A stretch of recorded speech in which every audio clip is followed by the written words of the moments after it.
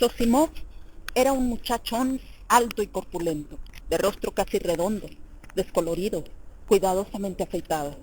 Sus cabellos, de un rubio casi blanco, estaban cortados en forma de cepillo. Usaba anteojos y en uno de los dedos lucía una gruesa sortija de oro. Su edad era en apariencia de unos 27 años. Vestía un amplio gabán de verano de tela liviana y corte elegante, y un pantalón claro, cuidadosamente planchado. Su camisa de inmaculada blancura, su chaleco, cruzado por una cadena de reloj también de oro, y todos los demás detalles de su tocado indicaban el cuidado que prestaba a su apariencia. Sus movimientos eran lentos, casi flemáticos, a pesar de los esfuerzos que realizaba para demostrar desenvoltura, y a cada instante adivinábase en él la vanidad, no obstante el cuidado que trataba de disimularla. A cuantos le conocían parecíales insoportable, sin dejar por ello de conceder que en su profesión era una verdadera autoridad. Estimado amigo, estuve 2 veces en tu casa. Nuestro paciente ha recobrado el sentido, como puedes ver, exclamó Razumikin con entusiasmo. Ya veo. ¿Y bien? ¿Cómo nos sentimos ahora, preguntó el médico a Raskolnikov mientras se sentaba a sus pies en el diván, cuidando de no arrugarse la ropa. Sigue un poco alterado y nervioso, contestó Razumikin. No hace mucho, cuando le cambiamos la ropa interior, estuvo a punto de echarse a llorar. Se comprende. Hubieran dejado eso para más adelante si no quería. El pulso se ha normalizado. Todavía le duele un poco la cabeza, ¿no? Me siento bien, completamente bien, dijo Raskolnikov con irritación. Habíase incorporado por un momento con los ojos relampagueantes de ira, pero volvió a caer sobre la almohada, dándose vuelta hacia la pared. Zosimov lo observaba con atención. Muy bien, tanto mejor, declaró con calma. ¿Ha comido algo? Le manifestaron que el paciente había comido y luego le preguntaron qué era lo que podía dársele. Pueden darle de todo, sopa, té. Claro está que todavía no conviene que coma hongos, pepinos ni carne. Aunque no está de más que yo lo diga, y al expresar esto cambió una mirada con Razumikin. Nada de medicamentos, ya no son necesarios. Hoy hubiera podido... Mañana por la noche lo llevaré a dar una vuelta, interrumpió Razumikin.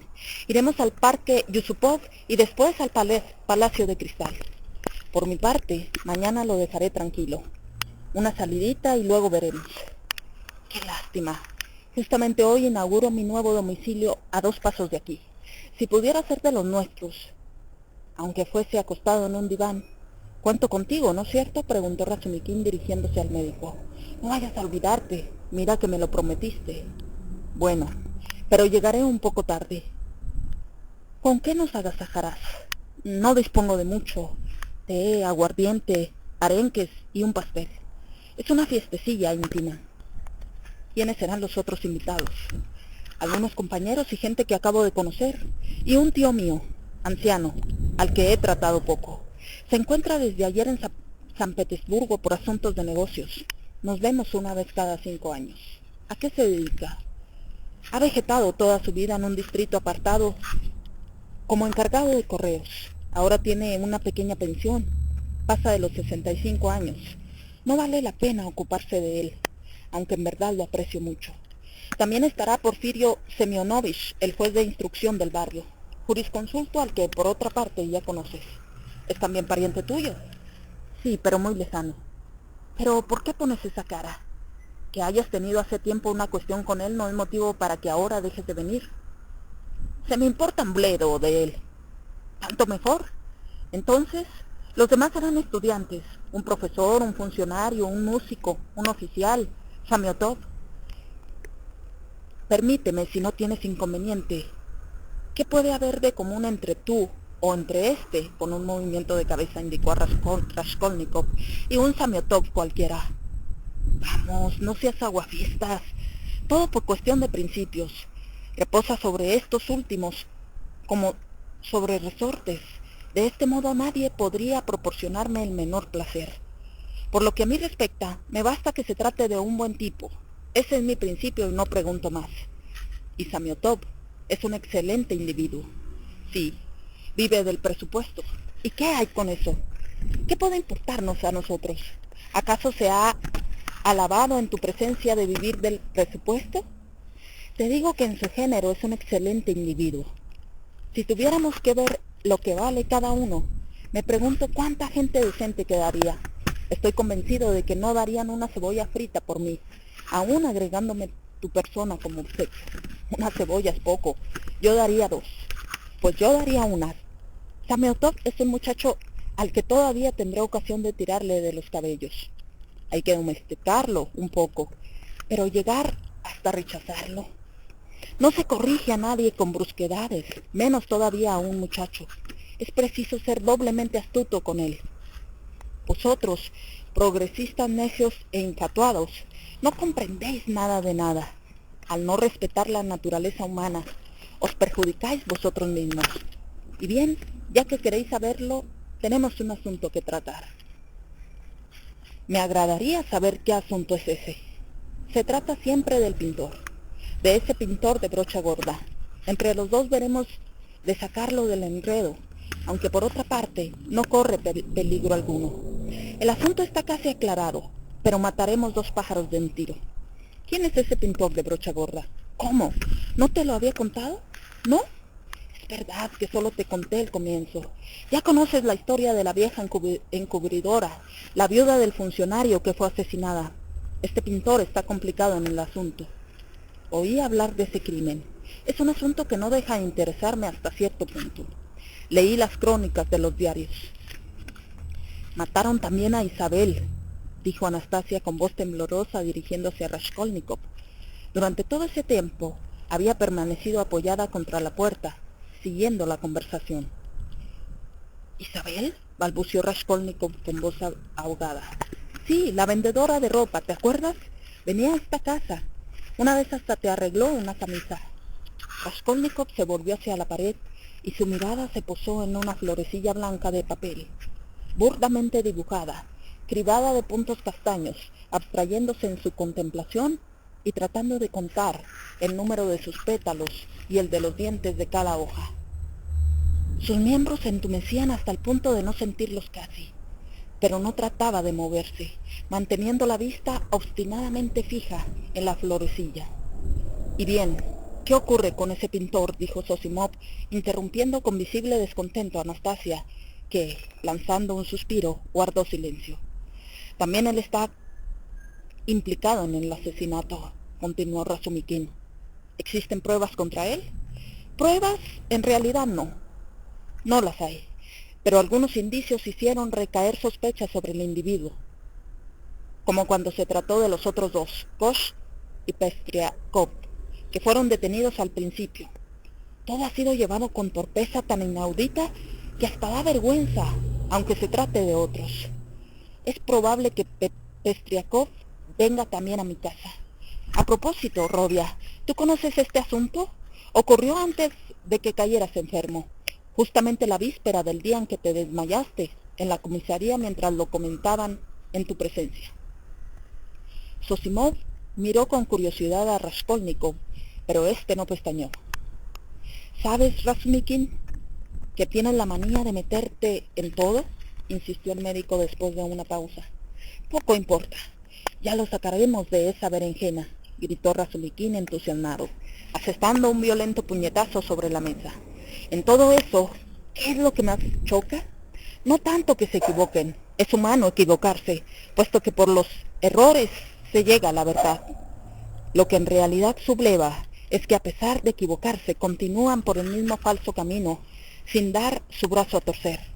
Estimo a Porfirio, pero, por ejemplo, ¿qué los ha orientado desde el primer momento? La puerta estaba cerrada cuando Kosh y Pestriakov llegaron con el portero. Estaba abierta. En consecuencia, según la justicia, Kosh y Pestriakov han cometido el asesinato. Esa es su lógica. Vamos, no te exaltes. Se han contentado con detenerlos. No podían hacer otra cosa. A propósito, tuve oportunidad de conversar con ese Kosh. Era el que compraba a la vieja los objetos no rescatados a tiempo. Sí, es un bribón. También le compraba a pagarés. Es un pillo de 7 suelas. Que el diablo cargue con él. No estoy incomodado por lo referente a su persona, pero en cuanto a los otros, esos señores de la justicia, su rutina atrabiliaria, ignorante, estúpida, me revuelve la bilis. Sin embargo, solamente en este asunto podría hallarse la posibilidad de explorar un nuevo camino. Las nociones psicológicas pueden demostrar cómo debe hacerse para dar con la verdadera pista. Tenemos hechos, nos dicen, pero los hechos no constituyen todo. La mitad del asunto, por lo menos, consiste en la forma de interpretarlos. ¿Y tú estás en condiciones de hacerlo? Por supuesto. Escucha, a los 2 días de cometido el asesinato, por la mañana, cuando la policía estaba todavía ocupada con Koch y Pestiakov, aunque estos hubieran hecho conocer detalladamente cada uno de sus pasos, surgió un incidente imprevisto. Un cierto Dushkin, campesino que posee una taberna frente a la casa del crimen, se presentó en la comisaría para hacer entrega de un estuche conteniendo unos aros de oro y contar de paso una historia desilvanada. Anteayer por la noche, después de las 8, el obrero pintor Nicolás, que frecuenta mi establecimiento, me trajo este estuche con estos pendientes, pidiéndome que le facilitara 2 rublos, dejando eso en garantía. Al preguntarle la procedencia, me contestó que lo había encontrado en la calle. Sin hacerle más preguntas, le di 1 rublo, pensando que, si no lo hacía yo, lo haría otro, y que era mejor que el objeto estuviese en mis manos. De ese modo estaba seguro, y si lo reclamaban como producto de un robo, lo entregaría a la policía. Bien entendido, siguió Razumikin, todo eso son historias. Ese Dukin miente como un sacamuelas. Lo conozco bien, es un encubridor, y si aceptó de ese Nicolás un objeto que bien vale 30 rublos, no era para entregarlo. Sencillamente tuvo miedo. Pero al diablo con Dukin. Prosigamos con su relato. Conozco desde hace mucho tiempo a Nicolás Dementiev, desde su infancia. Somos de la misma provincia, Riazán, distrito de Zaraisk. Nicolás, sin llegar a ser un ebrio consuetudinario, bebe bastante, y sé que se dedica a trabajos de pintura con Dimitri, otro muchacho de la misma provincia. Después de recibir el rublo, cambió de aspecto, tomó un par de copas y se fue. Entonces no vi a Dimitri con él. Al día siguiente oímos hablar del asesinato de la vieja Aliona Ivanovna y de su hermana Isabel, ambas conocidas en casa. Eso me hizo entrar en sospechas acerca de los pendientes, porque estábamos enterados de que la muerta prestaba dinero sobre alhajas. Fui a la casa de la vieja, donde sabía que trabajaba Nicolás, y con prudencia traté de averiguar algo. Al preguntar a Dimitri por Nicolás, este me dijo que había regresado al amanecer, borracho perdido, y después de quedarse 10 minutos en la casa, salió de nuevo, que luego no lo vio más, tratando desde entonces de terminar él solo aquel trabajo. El departamento que están pintando se encuentra en el primer piso y da a la escalera que conduce a las habitaciones de las 2 mujeres asesinadas. Cuando supe todo esto, no dije nada a nadie y volví a mi casa, siempre con las mismas sospechas. Ahora bien, esta mañana a las 8, es decir, a los 2 días del crimen, ¿comprendes? Vi entrar a Nicolás, no del todo en ayunas, pero tampoco del todo ebrio, y en estado de sostener una conversación. Se sentó en un banco sin decir palabra. En ese momento no había en la taberna, aparte de él, más que un desconocido y otro cliente que dormía tirado en un banco sin contar a los mozos. ¿No has visto a Dimitri?, pregunté a Nicolás. No, respondió, no lo he visto. ¿Y no has venido por aquí? No, desde anteayer. Pero anoche, ¿dónde dormiste? En las arenas, con los Colomna. ¿Y de dónde sacaste los pendientes que me trajiste el otro día? Los encontré en la calle, dijo con aire raro y sin mirarme. ¿No has oído decir que ese mismo día, a la misma hora, pasó algo en el 4º piso de la misma escalera? No, no oí decir nada. A medida que yo le iba contando el asunto, abría los ojos desmesuradamente, poniéndose cada vez más pálido. De pronto, tomó el sombrero y quiso retirarse. Traté de retenerlo. «Espera, Nicolás», ¿No quieres beber otra copa? Al mismo tiempo hice señas a uno de los muchachos para que guardara la puerta. Yo no abandoné el mostrador. Sin embargo, el otro, como si temiera algo, partió a la carrera, separando de un empeñón al muchacho y ganó la calle. Cuando salimos, ya había desaparecido. Entonces, no dudé de que él era el autor del crimen. Evidentemente, murmuró Zosimov. Espera, oye el final. Enseguida fue movilizada toda la policía para dar con el paradero de Nicolás. Detuvieron a Dukin, allanaron su domicilio. Lo mismo hicieron con Dmitri y hasta los Kolomna.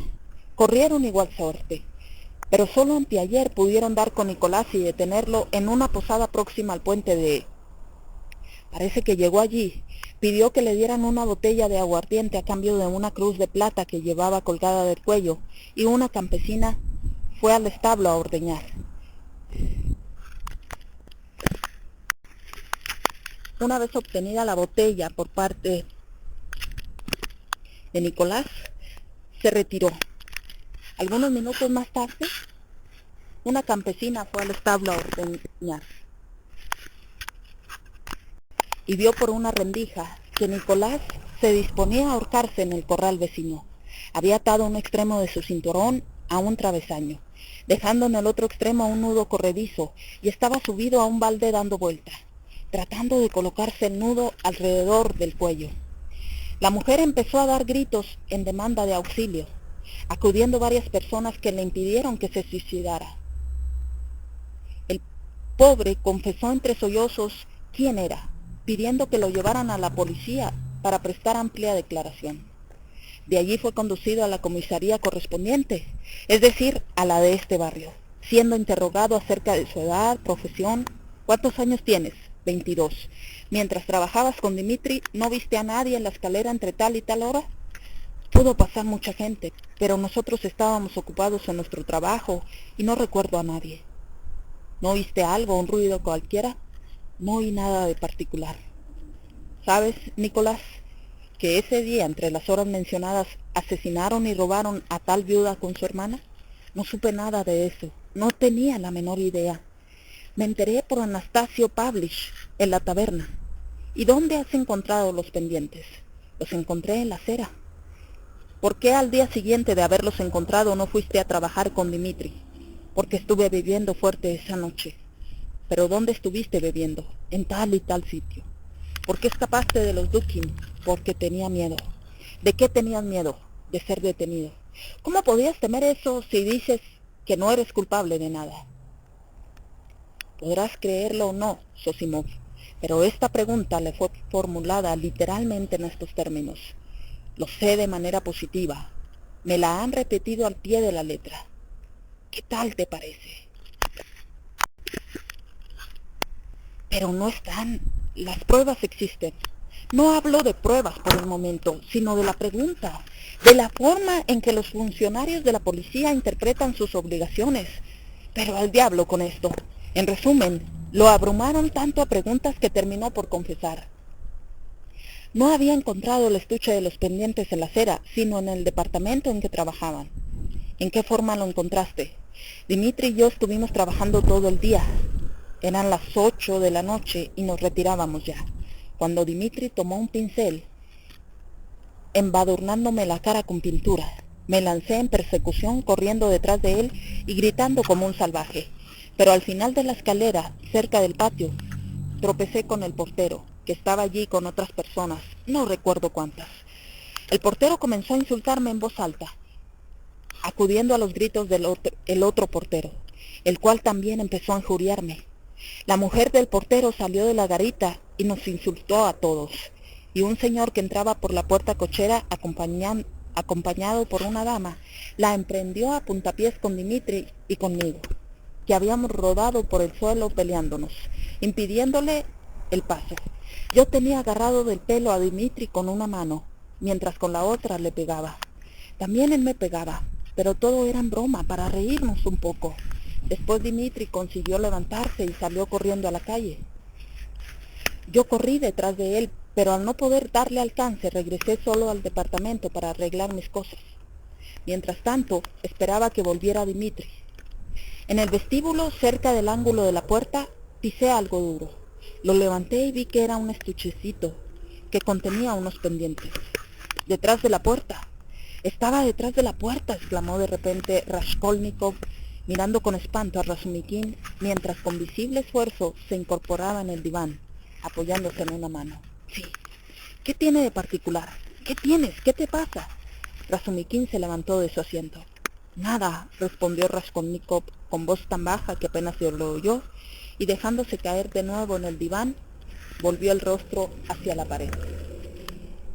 Todos quedaron en silencio por un minuto.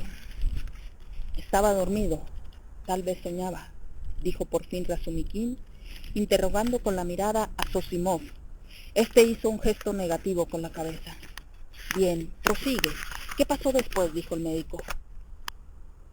Apenas tuvo los pendientes en su poder, abandonó la tarea y sin esperar a Dmitri, tomó su sombrero y se fue corriendo a casa de Dukin. Y como te he dicho, consiguió 1 rublo por ellos, pero diciéndole que los había encontrado en la calle. Después se fue de juerga. Respecto al asesinato, se mantiene firme en sus 13. No sé nada de nada. Lo supe solamente a los 2 días. Pero ¿por qué has permanecido oculto desde entonces? Tenía miedo. ¿Por qué querías ahorcarte? Porque me decía una cosa. ¿Qué te decías? Que me detendrían y me someterían a un proceso. Y esa es toda la historia. Ahora, ¿qué conclusiones imaginas que han formulado? ¿Qué quieres que te diga? Existen indicios. Sean los que sean, son indicios. Hay además un hecho. Supongo que no pretenderás que pongan en libertad a tu pintor. Pero es que lo han inculpado de asesinato, y su culpabilidad no presenta para ellos la más mínima duda. Te extravías y te exaltas inútilmente. Veamos, ¿y los pendientes? Tú mismo convendrás en que si el mismo día, a la misma hora, estos desaparecieron del cofre de la vieja para ir a dar a las manos de Nicolás, habrán llegado a ellas por algún medio. Por lo tanto, una investigación sobre este punto no está de más. ¿En qué forma han llegado? ¿En qué forma?, exclamó Razumikin. Es posible que tú, médico, que tienes que conocer al hombre, y que más que nadie tienes ocasión de estudiar la naturaleza humana, es posible que no adivines a través de lo que acabo de referir cuál es la naturaleza de ese Nicolás. ¿Cómo no te das cuenta de que todo cuanto declaró durante esos interrogatorios es cierto? Los pendientes cayeron por casualidad en sus manos, como afirma. Tropezó con el estuche, levantándolo del suelo. La verdad, sin embargo, ¿no confesó él mismo que había mentido la primera vez? Escucha un poco. El portero Kosh, Pestiakov, y el otro portero, la esposa del primer portero, el consejero de justicia Kryukov, que en ese preciso momento acababa de bajar de un coche y franqueaba el umbral del brazo de una dama, todos, es decir, 8 o 10 testigos, declaran unánimemente que Nicolás había derribado a Dmitri y puesto encima de él, dábale de puñetazos mientras el otro le tiraba a su vez de los cabellos, devolviéndole los golpes. Ambos estaban atravesados en la puerta sin dejar pasar a nadie. Los injuriaban desde todas partes y ellos, como 2 criaturas, para servirnos de la expresión de los testigos, se revolcaban por el suelo, reían golpeándose y después se levantaron, corriendo por la calle como verdaderos chiquillos. ¿Has oído? Ahora ten eso presente. En el 4º piso, los 2 cadáveres estaban calientes todavía. No se habían enfriado del todo cuando los descubrieron.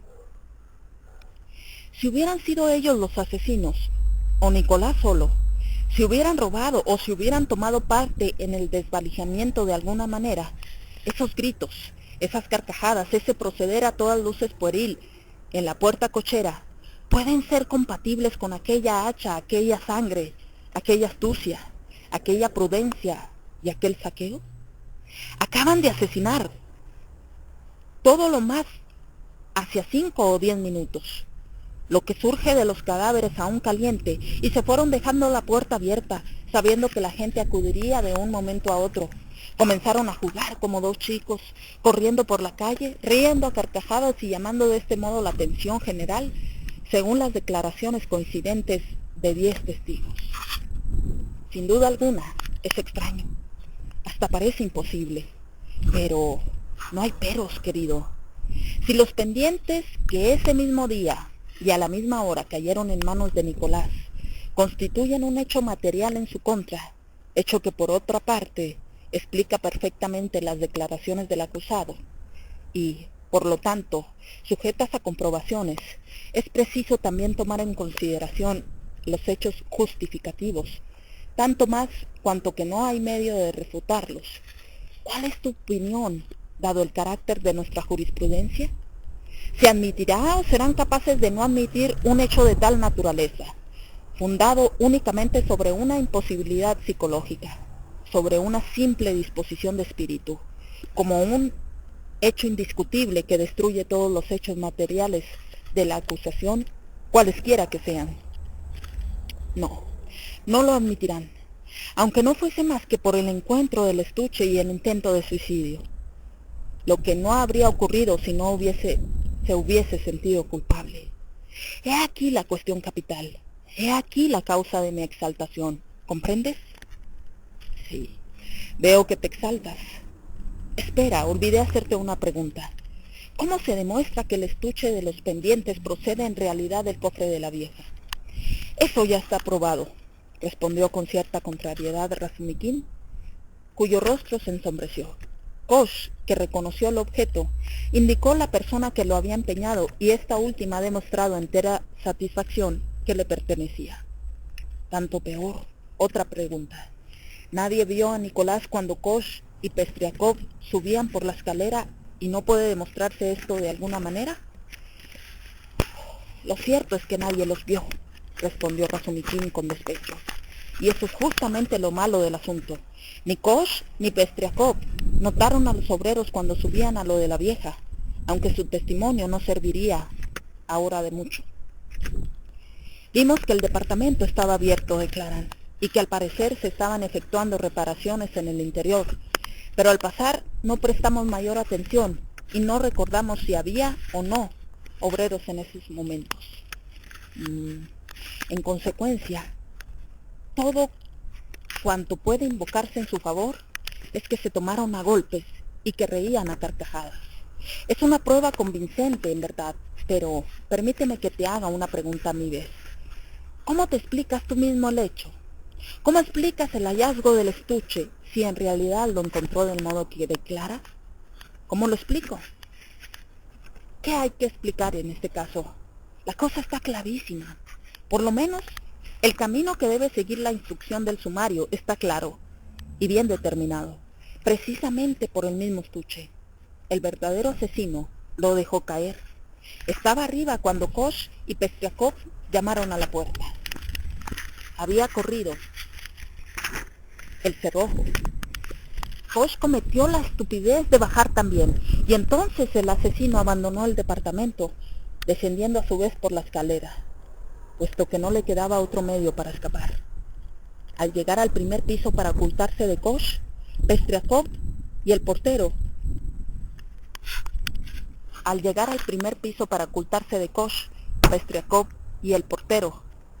se introdujo en el departamento vacío, del que Dmitri y Nicolás habían salido hacía pocos instantes. Estuvo detrás de la puerta mientras el portero y los dos visitantes subían al cuarto piso. Esperó a que cesara el rumor de sus pasos, y entonces bajó con la mayor tranquilidad cuando Dmitri y Nicolás corrían por la calle. Toda la gente se había dispersado, y nadie quedaba en la puerta cochera. Quizá lo hayan visto, pero nadie lo notó. ¿Pasa tanta gente? En cuanto al estuche, se le cayó del bolsillo mientras estaba detrás de la puerta, y no se dio cuenta porque en ese momento tenía su atención puesta en otras cosas. El estuche demuestra a las claras que el asesino estuvo allí. Eso es todo. Bien imaginado. ¿Qué duda cabe? Pero, sin embargo, tu razonamiento es un tanto fantástico. ¿Por qué? Vamos a ver. Pues porque todo está combinado en forma demasiado ingeniosa para ser real. Parece un argumento teatral o de novela. Razumikin estaba a punto de protestar con energía cuando se abrió la puerta, apareciendo un nuevo personaje, al que ninguno de los tres jóvenes conocía. Era un caballero de cierta edad, majestuoso y solemne, de fisonomía reservada y severa. Comenzó por detenerse en el vano de la puerta, paseando su vista por todas las cosas con sorpresa no disimulada, y por lo tanto más hiriente, como si se preguntara, ¿dónde he venido a parar? Contemplaba con desconfianza, y hasta con cierta afectación de temor, la estrecha y baja buhardilla. Con el mismo estupor, detuvo su mirada en Raskolnikov, que yacía en el diván con los cabellos enmarañados, a medio vestir, y con señales evidentes de no haberse lavado en días. Luego examinó con parsimonía la figura de Razumikin, quien por su parte le observó también con insolente curiosidad, sin moverse de su sitio. Durante un minuto reinó el silencio, y luego, como era de esperarse, hubo un pequeño cambio de decorado. Comprendiendo sin duda por la frialdad de ese recibimiento que a nada llegaría en aquel cuchitril si afectaba aire de exagerada solemnidad, el visitante se humanizó un tanto, y en tono cortés, aunque no desprovisto de altanería, dijo dirigiéndose a Zosimov: el señor Rodion Romanovich Raskolnikov, un joven que es o ha sido estudiante. Zosimov se movió lentamente y tal vez habría contestado si Razumikin, a quien no iba dirigida la pregunta, no se le hubiese adelantado. Ahí lo tiene, en ese diván. ¿Pero usted qué quiere aquí? El descaro de esas palabras confundió al caballero de maneras afectadas, que estuvo a punto de increpar a Razumikin, pero se contuvo a tiempo y dirigió una interrogativa mirada a Zosimov. Este señor es Raskolnikov, murmuró el médico indicando al enfermo con un leve movimiento de cabeza. Después comenzó a bostezar hasta desquijararse con un bostezo interminable. Luego, con estudiada lentitud, buscó en el bolsillo de su chaleco, extrajo un enorme reloj de oro, lo abrió para ver la hora y cerrándolo lo volvió a guardar. Mientras tanto, Raskolnikov permanecía acostado sin decir palabra, con los ojos obstinadamente fijos en el recién llegado, aun cuando su mirada careciera de la menor expresión. Después de haber contemplado aquella florecilla del empapelado, su rostro, extremadamente pálido, y su dolorosa expresión denotaban un sufrimiento inaudito. Se hubiera dicho que acababa de sufrir una dolorosa operación quirúrgica o de ser sometido a las torturas de un feroz interrogatorio. El nuevo personaje fue despertando poco a poco en él más atención, luego sorpresa, enseguida desconfianza y hasta una especie de temor. Cuando Zosimov dijo, este señor es Raskolnikov, se incorporó bruscamente como impulsado por un resorte, se sentó en el diván y con acento desafiante, aunque su voz fuera débil y entrecortada, articuló: sí, yo soy Raskolnikov, ¿qué desea usted? Me llamo Pedro Petrovich Lujin. Creo que mi nombre no le será desconocido del todo. Raskolnikov, que esperaba otra cosa, lo miró sin contestar, con aire asombrado, como si en realidad fuera la primera vez que oyera el nombre de Pedro Petrovich. ¿Cómo? ¿Será posible que no haya usted recibido noticia alguna de mí hasta ahora?, preguntó Pedro Petrovich un poco desconcertado. Por toda respuesta, Raskolnikov se dejó caer lentamente sobre la almohada, cruzó las manos detrás de su cabeza y se puso a contemplar el techo. Por el rostro de Lujin pasó una expresión de tristeza. Zosimov y Razumikin lo miraban con curiosidad todavía más viva, hasta que por fin su descontento fue evidente. Suponía y contaba con que la carta de su madre, puesta en el correo hace 10 días, si no 15... Oiga, ¿por qué se queda tan cerca de la puerta?, le interrumpió Razumikin. Si tiene algo que explicar, entre y siéntese. Anastasia y usted están incómodos en el umbral. Anastasia, apártate, déjalo entrar. Adelante, ahí tiene una silla. Haga de cuenta que está en su casa. Separó una silla de la mesa, dejando un pequeño espacio entre ella y sus rodillas, y esperó en esa posición un tanto incómoda que el visitante pasara por allí, lo que hizo no sin dificultad. Llegado junto a la silla, se sentó, dirigiendo una rencorosa mirada a Razumikin. Por lo demás, no se ande con rodeos, exclamó este último. Rodia está enfermo desde hace 5 días y ha delirado durante 3. Pero ahora está repuesto y hasta come con apetito. El señor es el médico que lo atiende. Yo soy un ex estudiante, amigo de Rodia, y le sirvo de niñera. No repare en nosotros y hable sin empacho. Dígale lo que tenga que decirle. Muchas gracias, pero mi presencia y mi conversación ¿no molestarán al enfermo?, interrogó Pedro Petrovich dirigiéndose a Zosimov. No, eso puede ser que le distraiga, contestó por decir algo el médico, bostezando de nuevo. Hace tiempo que ha recobrado la memoria. Desde esta mañana, prosiguió Razumikin, cuya conversación familiar y bonachona familiarizó a Pedro Petrovich, quien comenzó a sentirse un tanto más cómodo, tal vez también porque aquel incorrecto desarrapado habíase presentado como estudiante. Vuestra señora madre, comenzó Lujin, profirió con recidumbre Razumikin. El recién llegado lo miró con aprensión. No haga caso, lo hice sin advertirlo. Continúe. Lujin se encogió de hombros. Vuestra señora madre, cuando todavía me encontraba junto a ella, había comenzado una carta para vos. Al llegar aquí, dejé pasar algunos días a propósito, para tener absoluta certeza de que estuvieseis informado de todo. Ahora bien, con el mayor asombro, ya sé, exclamó pronto Raskolnikov con expresión de despecho y de impaciencia. ¿Usted es el futuro? Bien, ya lo sé, eso basta. Pedro Petrovich pareció ofenderse, pero se contuvo. Apenas comprendía qué significaba todo aquello.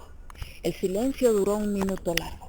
Mientras tanto, Raskolnikov, que se había dado vuelta para responderle, lo examinaba con fijeza y singularidad, curiosidad, como si la primera vez no hubiera tenido tiempo de hacerlo totalmente, o como si algo le hubiese llamado la atención de su persona.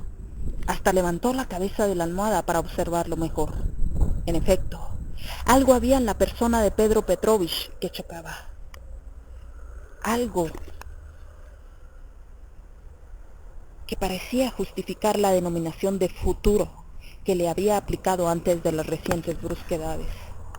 Antes que nada era evidente en demasía que Pedro Petrovich se había apresurado a aprovechar los escasos días que debía pasar en la capital para hermosearse y recomponerse, mientras esperaba a su prometida, lo que, por otra parte, era disculpable y hasta legítimo en cierto modo.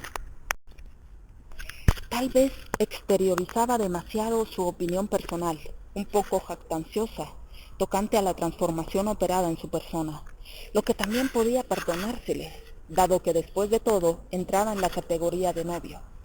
Su traje parecía recién salido de manos del sastre, y se le hubiera considerado perfecto de no ser tan nuevo, lo que denunciaba a las claras un propósito determinado.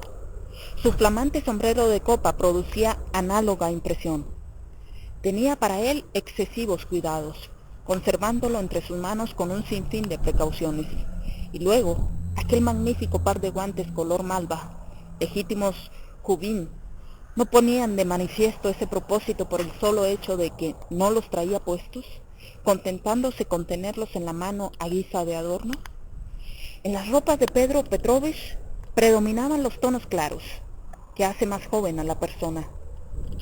Su saco irreprochable era de un castaño claro y el pantalón de verano claro también, con un chaleco del mismo matiz. En cuanto a su ropa blanca de reciente adquisición, era muy fina. Una vaporosa corbata de batista rodeaba su cuello, y a decir verdad, todo sentaba perfectamente a la figura y a la talla del visitante. Su rostro fresco no carecía de atractivo, y llevaba muy bien sus 45 años. Sus patillas de color castaño, anchas en la parte inferior, se esparcían con gracia en torno de su mentón, cuidadosamente afeitado y reluciente. Sus cabellos, que apenas comenzaban a encanecer, peinados y ondulados por el peluquero, no presentaban ese aspecto ridículo y tonto que no deja de conferir al rostro ese aire de desposado alemán. Si había en aquella fisonomía, seria y no desprovista de belleza, algo desagradable y antipático, sin duda procedía de otras causas. Después de haber examinado con descaro al señor Lujin, Raskolnikov, con una sonrisa sarcástica, se dejó caer sobre la almohada y volvió a contemplar el techo. El visitante no dio muestras de enfado, dispuesto al parecer a no prestar atención por el momento a todas aquellas rarezas. «Lamento de veras hallaros en ese estado», dijo por fin con esfuerzo. «Si hubiese sabido que os hallabais enfermo, habría venido antes. Pero tengo tantas cosas que atender. Estoy a cargo de un importante proceso que mis funciones de abogado me obligan a llevar ante el Senado. No me referiré a otras preocupaciones que adivinaréis. Espero a vuestra familia, es decir, a vuestra madre y vuestra hermana, de un momento a otro». Raskolnikov hizo un gesto y quiso decir algo. Su rostro expresó cierta emoción. Pedro Petrovich se detuvo esperando alguna palabra, pero como el joven no la pronunció, siguió diciendo, de un momento a otro: «Les he buscado un alojamiento provisional». «¿Dónde?», preguntó con débil voz Raskolnikov. «Cerca de aquí, en el edificio Bakaleyev». «¿En la calle de la Ascensión?», interrumpió Razumikin. «Hay allí 2 pisos amueblados que alquila un comerciante, Luchin. Conozco la casa». «Sí, 2 pisos amueblados».